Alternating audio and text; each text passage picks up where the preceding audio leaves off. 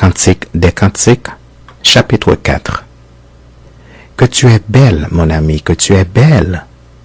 Tes yeux sont comme des colombes. Derrière ton voile, tes cheveux sont comme un troupeau de chèvres suspendus au flanc de la montagne de Galaad. Tes dents sont comme un troupeau de brebis tondues qui remontent de la bouverie.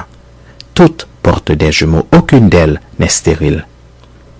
Tes lèvres sont comme un fil cramoisi, et ta bouche est charmante. Ta joue est comme une moitié de grenade derrière ton voile. Ton cou est comme la tour de David bâtie pour être un arsenal. 1000 boucliers y sont suspendus, tous les boucliers des héros. Tes deux seins sont comme des fans, comme les jumeaux d'une gazelle qui paissent au milieu des lits. Avant que le jour se rafraîchisse et que les ombres fuient, j'irai à la montagne de la myrrhe et à la colline de l'encens. Tu es toute belle, mon ami, et il n'y a point en toi de défaut. Viens avec moi du Liban, ma fiancée. Viens avec moi du Liban. Regarde du sommet de l'Amana, du sommet de Sénir et de l'Hermon, des tanières des lions, des montagnes des léopards. Tu me ravis le cœur, ma sœur, ma fiancée. Tu me ravis le cœur par l'un de tes regards, par l'un des colliers de ton cou.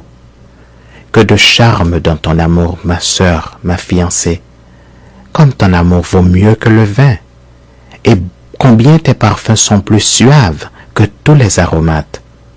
Tes lèvres distillent le miel, ma fiancée. Il y a sous ta langue du miel et du lait, et l'odeur de tes vêtements est comme l'odeur du Liban. Tu es un jardin fermé, ma sœur, ma fiancée, une source fermée, une fontaine scellée.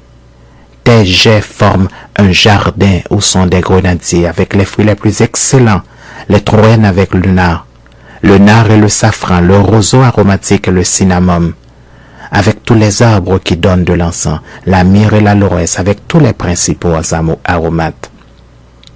Une fontaine des jardins, une source d'eau vive, des ruisseaux du Liban.